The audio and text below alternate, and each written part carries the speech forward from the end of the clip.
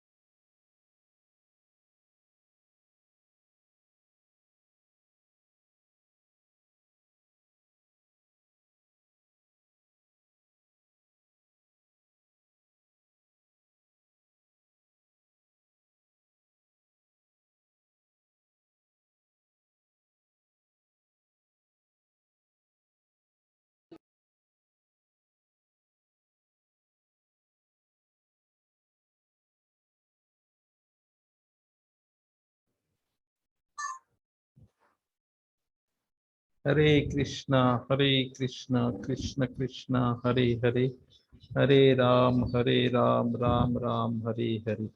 और डे 5 का स्क्रीन। दर्शक रेडी, आप पीछे गाओगे? पर वो बस में हूँ, डिस्टरबेंस आएगा। ओके ओके ठीक है, हम यही गाते हैं। चलो। जय राधा माधव कुंज बिहारी, जय राधा माधव कुंज बिहारी, जय गोपी जन वल्लभ गिरिवरधारी, जय गोपी जन वल्लभ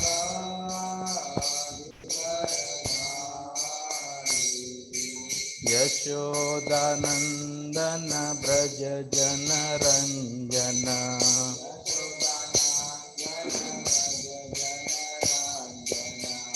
यमुना तीरावनचारी,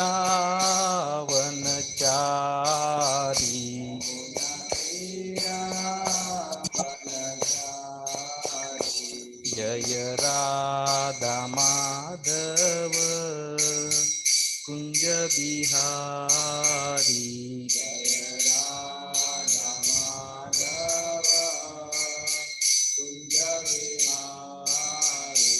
हरे कृष्णा कृष्ण कृष्ण हरे हरे, हरे राम राम राम हरे हरे। हरे कृष्णा कृष्ण कृष्ण हरे हरे, हरे राम राम राम हरे हरे। हरे कृष्णा कृष्ण कृष्ण हरे हरे, हरे राम राम राम हरे हरे। हरे कृष्णा कृष्ण कृष्ण हरे हरे, हरे राम राम राम हरे हरे। हरे कृष्णा कृष्ण कृष्ण हरे हरे, हरे राम राम राम हरे हरे। हरे कृष्णा कृष्ण कृष्ण हरे हरे,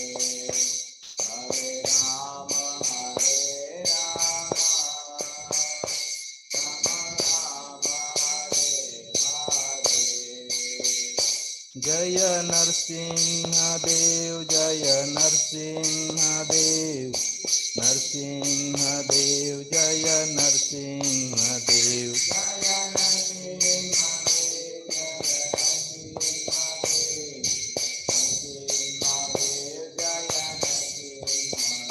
जय जगन्नाथ, जय जगन्नाथ, बलदेव जय सुभद्रा माँ,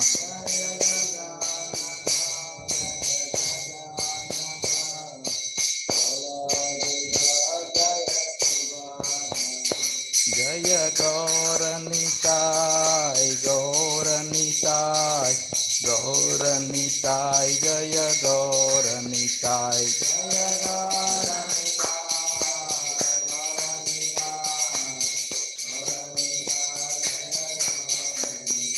जय जय प्रभुपाद, प्रभुपाद, प्रभुपाद, प्रभुपाद,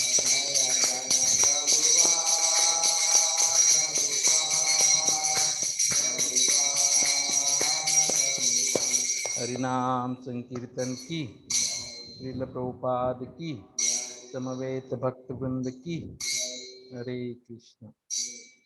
ओम नमो भगवते वासुदेवाय।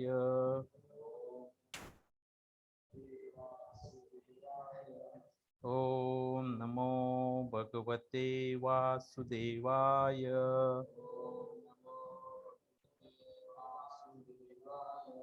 ओम नमो भगवते वासुदेवाय। ओम नमो भगवते वासुदेवाय।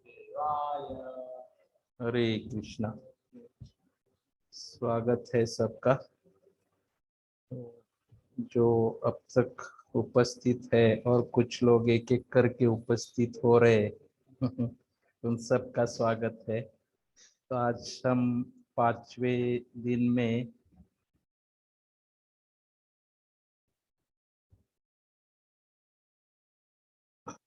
योग के विविध रूप और योग की श्रेष्ठ पद्धति, अलग अलग प्रकार के योग है और उसमें से सबसे अच्छा कौन सा योग है इसके बारे में चर्चा करेंगे।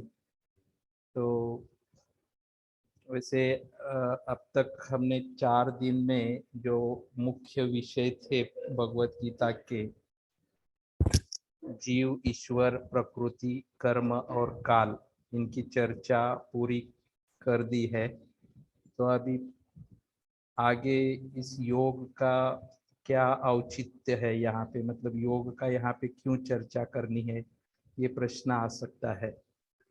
तो हम इसकी चर्चा इसलिए करेंगे क्योंकि हमारा जीवन का उद्देश्य मैंने बताया कि भगवान के साथ हमारा संबंध क्या है ये जानना, इसकी जिज्ञासा करना, ये हमारे जीवन का उद्देश्य होना चाहिए। तो इस उद्देश्य को प्राप्त करने के लिए या इस उद्देश्य को साध्य करने के लिए हमको योग की आवश्यकता होती है। तो ये आगे हम देखेंगे कि कैसी आवश्यकता होती है। तो इससे पहले हम योग के कुछ प्रकार देखेंगे। तो आज के जो आज हम आज की जो दिन की चर्चा है, इसमें हम इन 4 विषयों पे चर्चा करेंगे। पहला है योग का सही अर्थ और योग का सही उपयोग। दूसरा, श्रीमद् भगवत गीता 4 प्रकार के योग का वर्णन करती है। मतलब भगवत गीता में योग का कहाँ पे वर्णन किया है, कितने प्रकार का, ये सब इसकी चर्चा होगी। और फिर ये जितने सारे योग है, क्या इनका सभी का ध्येय एक ही ओर ले जाता है, मतलब सभी का साध्य एक ही है, ये कि इसकी भी चर्चा करेंगे। और भगवान को प्राप्त करने के लिए क्रमशः विकास की प्रक्रिया और सीधी प्रक्रिया, मतलब स्टेप बाय स्टेप भगवान को प्राप्त कर सकते हैं हम, या फिर सीधे भी कर सकते हैं। तो इसकी भी चर्चा हम आज के सत्र में करेंगे। तो पहले योग को हम समझने का प्रयास करेंगे। तो आपके स्क्रीन पे ये चित्र दिख रहा है, इसमें अलग अलग प्रकार के योग आसन बताए हैं, है ना। कोई वज्रासन कर रहा है, कोई धनुरासन कर रहा है, कोई सर्वांगासन कर रहा है, बहुत सारे आसन है, ऐसे अलग अलग आसन कर रहे। तो हम इसको योगासन बोलते हैं या योग बोलते हैं, लेकिन वास्तविक योग क्या यही है या और कुछ है, इसके बारे में हमको जानना बहुत जरूरी है। तो योग का वास्तविक अर्थ जो शास्त्र में बताया है वो यहाँ पे दिया है। योग का अर्थ है वह जो वास्तव में योग कहलाता है। योग वास्तव में योग कहलाता है। तो इसके लिए हमको पहले समझना पड़ेगा कि योग शब्द का अर्थ क्या है। तो जो हिंदी भाषिक है, चंचल माता जी आज नहीं दिख रहे शायद, नहीं तो वो उनको पता होगा कि योग का अर्थ क्या होता है। 2 और 2 का योग 4 होता है, ऐसे हिंदी भाषिक बोलते हैं, या 2 और 3 का योग 5 होता है ऐसे। तो योग मतलब क्या है, एक में दूसरे को जोड़ना। तो ये वास्तविक अर्थ है योग का।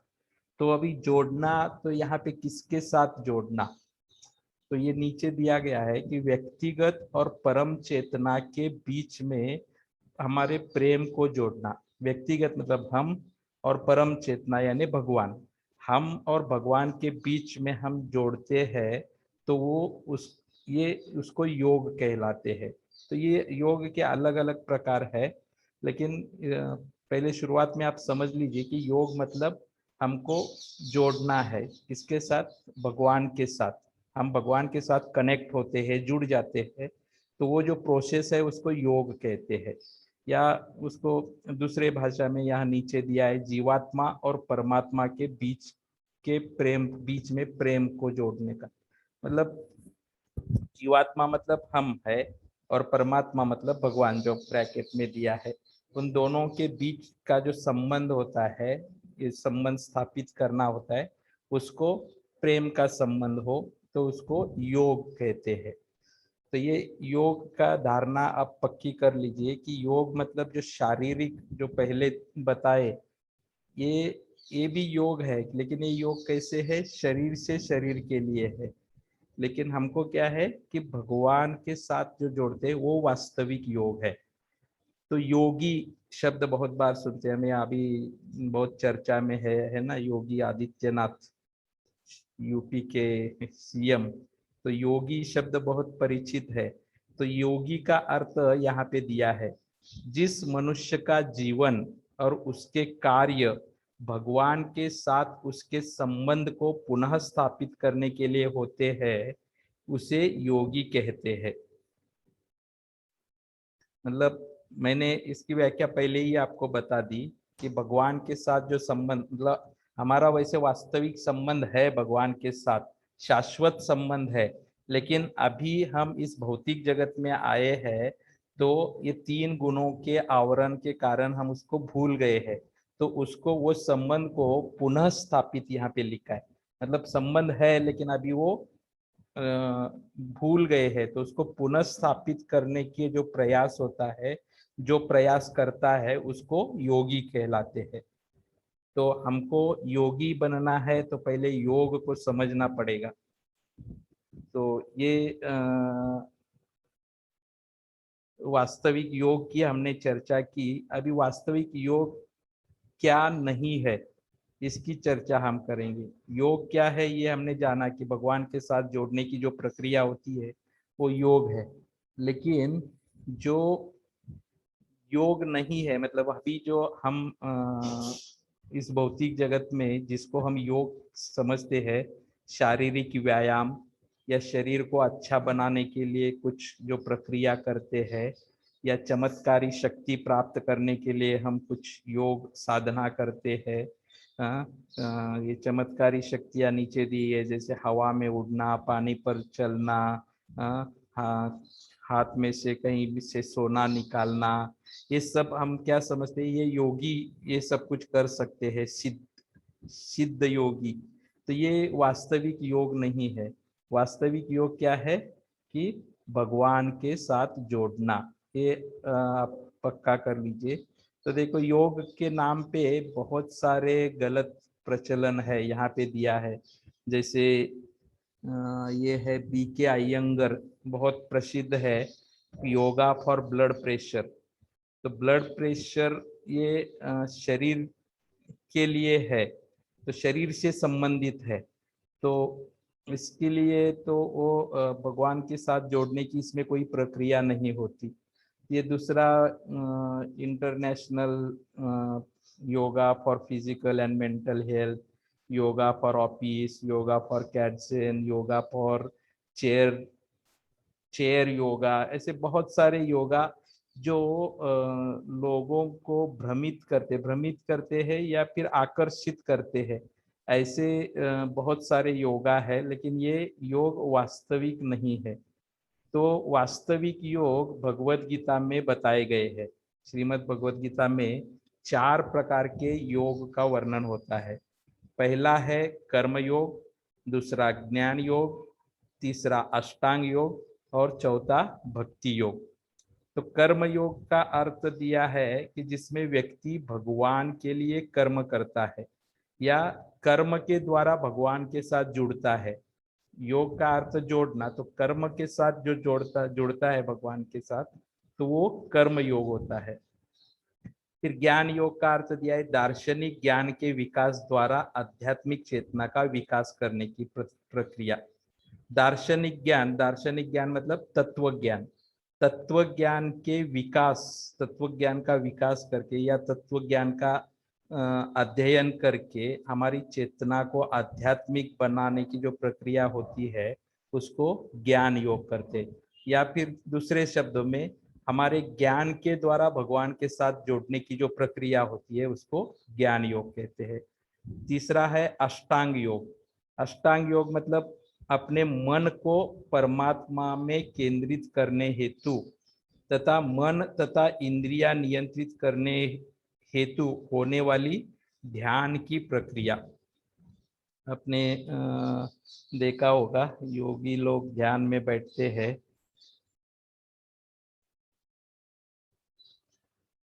यहाँ पे देखो, ये लेफ्ट साइड में दिख रहे योगी ध्यान में बैठते, ये ध्यान कर रहे है ना। तो इसको, इनके बैठने का एक तरीका होता है।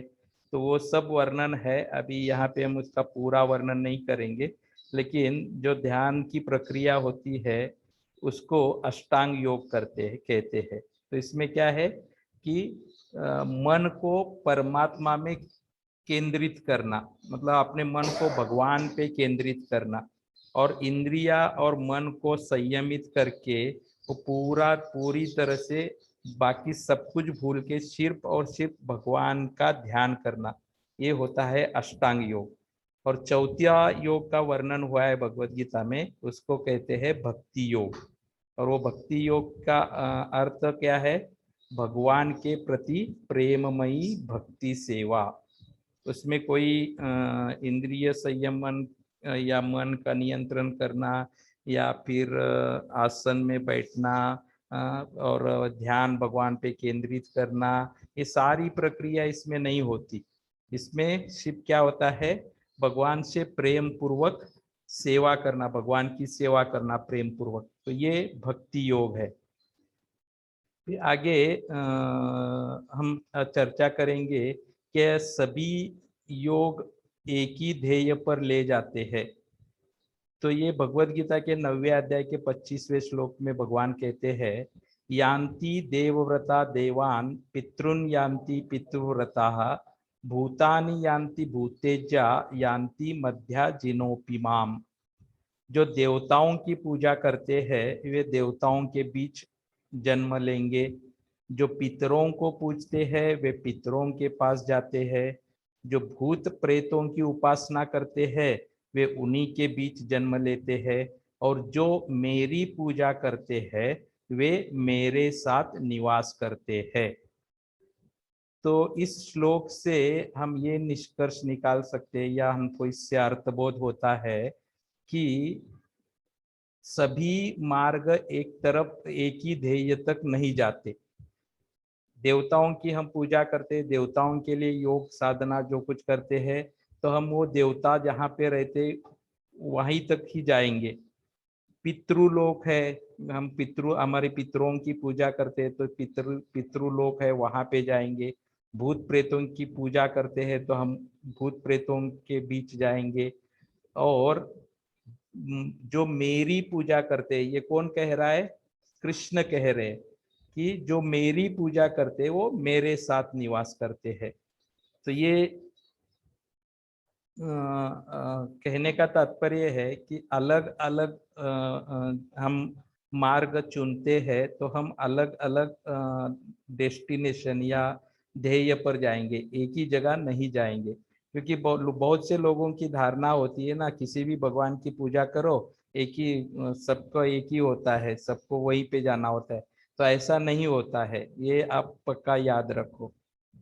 तो भगवान को प्राप्त करने के लिए क्रमशः विकास की प्रक्रिया और सीधी प्रक्रिया, हमारा जो आज के विषय में हमने बताया था, तो उसकी हम अभी चर्चा करेंगे। तो यहाँ पे दो चित्र बताए हैं। ये एक ही बिल्डिंग के दो चित्र है, अंदर के या बाहर के भी, अंदर बाहर के बोल सकते हैं, क्योंकि कैप्सूल लिफ्ट लगी है तो वो बाहर से है बिल्डिंग के।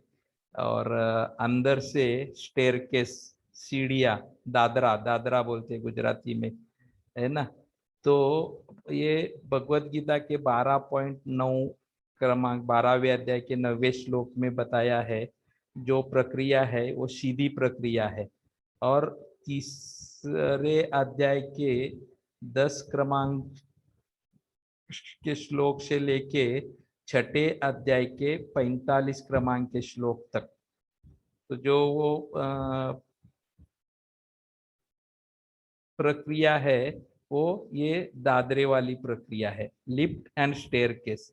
तो एक है लिफ्ट में बैठ के जाना और एक दूसरा है स्टेयरकेस, सीढ़ियाँ चढ़ते हुए जाना। तो इसमें हमने जो बोला कि सीधी प्रक्रिया और क्रमिक विकास की प्रक्रिया।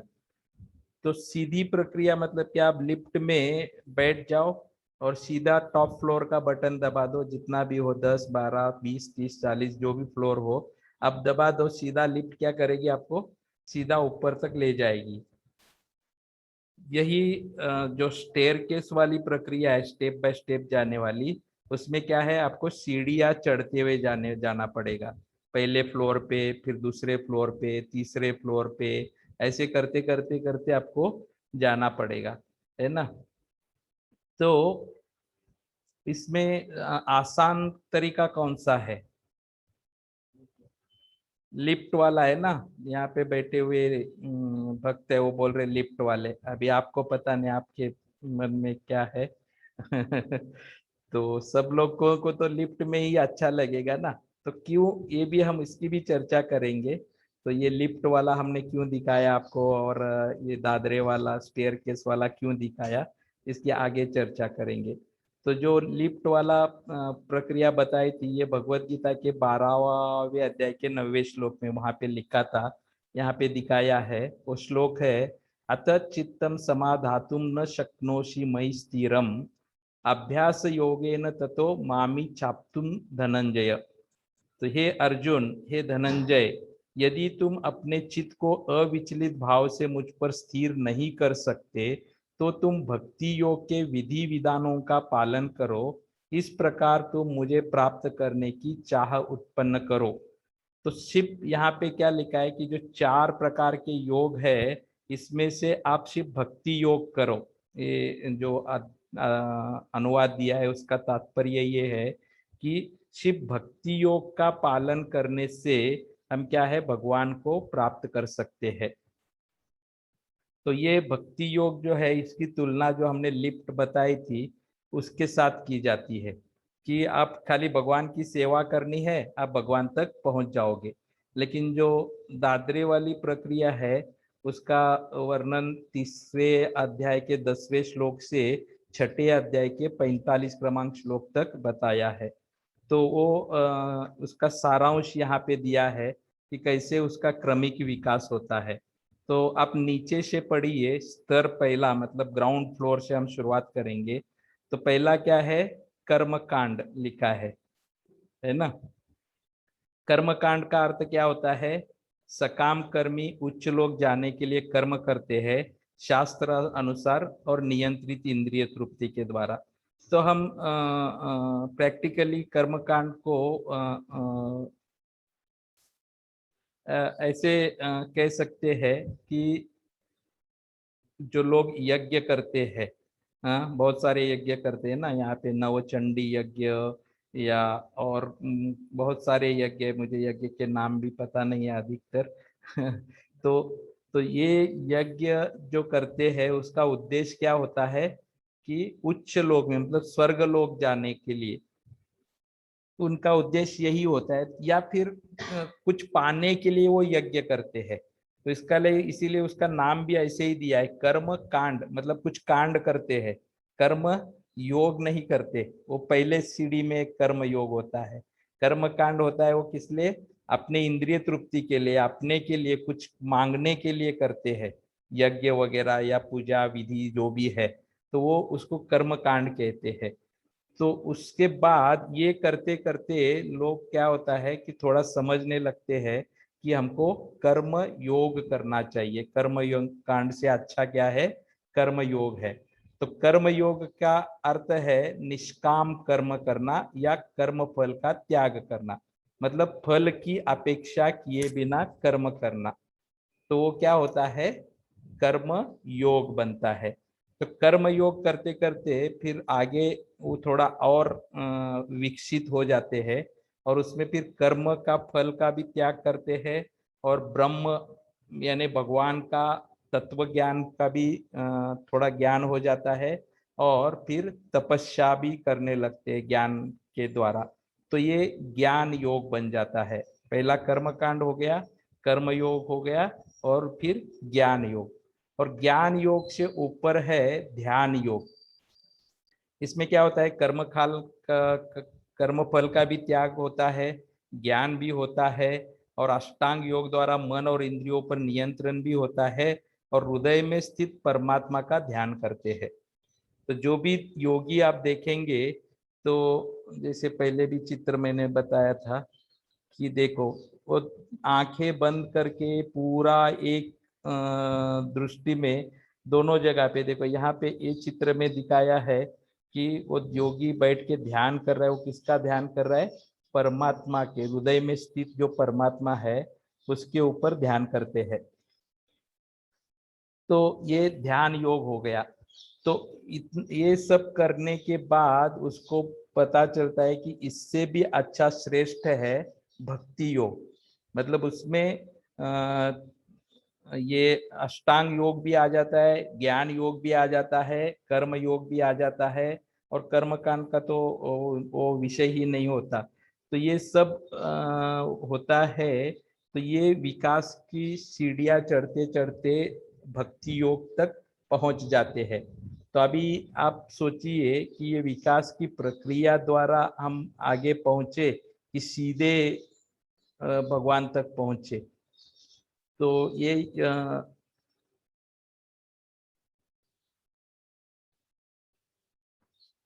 तो ध्यान योग के बारे में, कर्म योग के बारे में हम और चर्चा यहाँ बताए है। तो मैं ये कह रहा था कि जो प्रक्रिया यहाँ पे दी है उसमें एक एक क्रम से ऊपर बढ़ने से अच्छा अगर हम सीधे भक्ति योग में जाते हैं, जैसे लिफ्ट में बैठ के सीधे जो फ्लोर पे हमको जाना है वहां तक जाते हैं, वो अच्छा है, या एक एक सीढ़ियाँ चढ़ते हुए जाना। तो ये जो प्रक्रिया दी है ये क्या है, सीढ़ियाँ चढ़ते हुए जाने की तरह है। और लिफ्ट में बैठना मतलब डायरेक्ट भक्ति योग करो और सीधा पहुंच जाओ। तो आसान यही है ना, भक्ति योग करना। तो ये कर्म कांड के चित्र बताए, यज्ञ करना, ये सब कर्म कांड है। कर्म योग मतलब जो बॉर्डर पे सिपाही वगैरह सैनिक वगैरह होते हैं, वो कर्म दूसरों के लिए अपना प्राण भी त्याग देते हैं, बलिदान करते हैं ऐसे। तो वो कर्म योग, कर्म के द्वारा भगवान से जुड़ते हैं। जो पंडित होते हैं वो ज्ञान के द्वारा भगवान को साथ जोड़ने का प्रयास करते हैं, और योगी होते हैं वो भगवान के, परमात्मा के ऊपर अपना मन केंद्रित करके भगवान से साथ जुड़ने का प्रयास करते हैं। तो ये जो प्रक्रिया है ये छठे अध्याय के 11, 12, 13, 14 क्रमांक में दिया है कि कैसे कैसे उसको पालन करना चाहिए। शुचो देशे प्रतिष्ठाप्य स्थिर मानसमात्मनः नत्युचितम नीति नीचम चैलाजीन कुशोत्तरम तत्रैकाग्रम मनः कृत्वा यच्चित्तेन्द्रिय क्रिया उपविश्यासने युज्यात योगमात्म विशुद्धये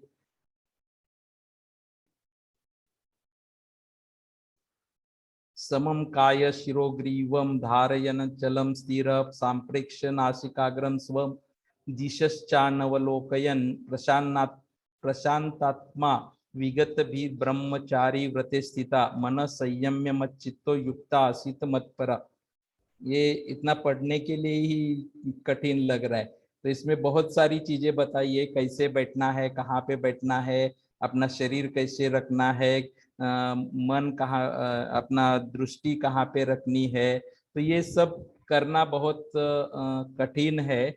यही इन 4 श्लोकों में बताया गया है कि ये कलयुग में तो असंभव है ऐसा करना, क्योंकि इसमें मुख्य रूप से ये बताया है कि अपने शरीर को एक स्ट्रेट लाइन की तरह बैठना है, और दोनों आंखों से अपने नासिका, जो ये होते नाक का टिप, उसके ऊपर दृष्टि लगानी है, और इतना सब करके फिर भगवान को हृदय में देखना है। तो ये करना बहुत कठिन है, तो इसलिए हम इसकी ज्यादा चर्चा भी नहीं करेंगे। तो अष्टांग योग के 4 प्रक्रिया यहाँ बताए, यम, नियम, आसन, प्राणायाम, प्रत्याहार, धारण, ध्यान और समाधि। अष्टांग योग के बारे में भगवत गीता में कथन, एकांत पवित्र जगह पर जाओ, जहाँ पे कोई आपको डिस्टर्ब नहीं करे, ऐसी जगह पर जाओ, पूर्ण ब्रह्मचर्य का जीवन बिताओ। तो आप ये जो इतने सारे नियम है, क्या इन सबका पालन कर सकते हैं? मुझे नहीं लगता कोई कर पाएगा, मैं तो नहीं कर पाऊंगा, आप लोगों का पता नहीं है। तो 5 साल पहले जब परिस्थिति आज के तुलना में अधिक अनुकूल थी, अर्जुन यह कहते हैं, मतलब अभी तो इतनी सारी कठिनाइयां है, कलयुग में इतने सारे डिस्टर्बेंसेस आए हुए हैं, तो हमारे लिए तो कठिन है ही।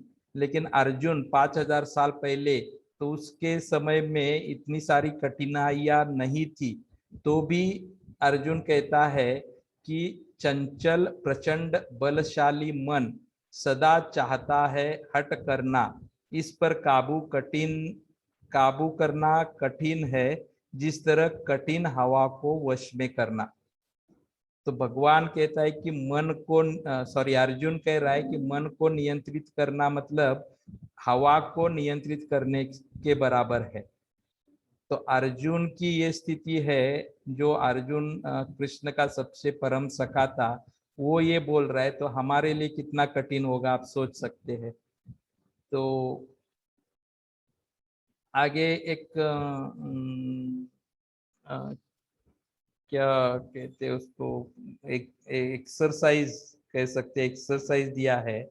तो आपको वैसे तो आप पता नहीं कौन कौन उत्तर दे पाएगा, तो हम ये एक्सरसाइज नहीं करेंगे। तो यही है कि ये जो गोल दिखाया है, कोई इसमें कोई एक्टिविटी नहीं, कुछ नहीं, ऐसे वस्तु पे क्या हम ध्यान कर सकते हैं? तो नहीं कर सकते।